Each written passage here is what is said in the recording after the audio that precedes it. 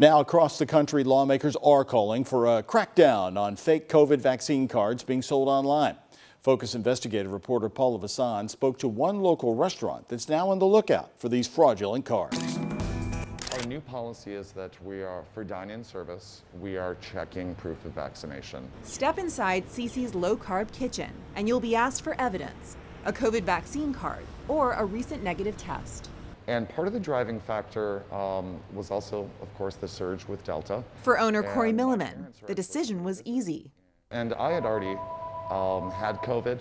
I was diagnosed in February. 6 months later, he still suffers. My hands and feet go numb randomly. I still, extreme exhaustion. Symptoms he fears will last a lifetime. But again, I wouldn't wish this on anybody. And I don't want them to come to CC's and then leave and say, well, a year from now well, I can't feel my hand because I went out to eat at CC's. It sounds like, from your perspective, it was just the right thing to do. Absolutely. But checking for proof of vaccination might be a challenge. If you came across some of these cards, would you know it was a fake? We showed Milliman examples of fake COVID vaccine cards. Some have sold for as little as $10, a way for those who are unvaccinated to game the system. That is difficult. Hopefully, we won't see a lot of this, but we'll be on the lookout for it.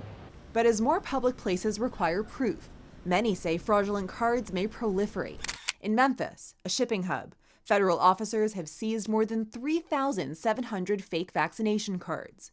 Officials tell us they're seizing about 15 packages filled with dozens of these cards each day. Is there a bouncer at the front of the door looking at these cards? How are you policing this? We will do our best. Is the handwriting the same across the card?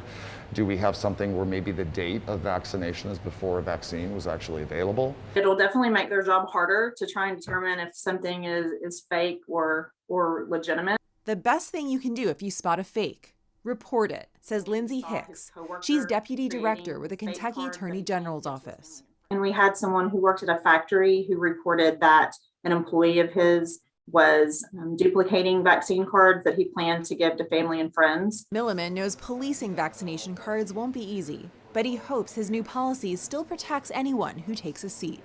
And I see they're bringing their grandmothers or they're bringing, their grandfathers or things like that. And we don't want to do anything. I don't want to see them at risk.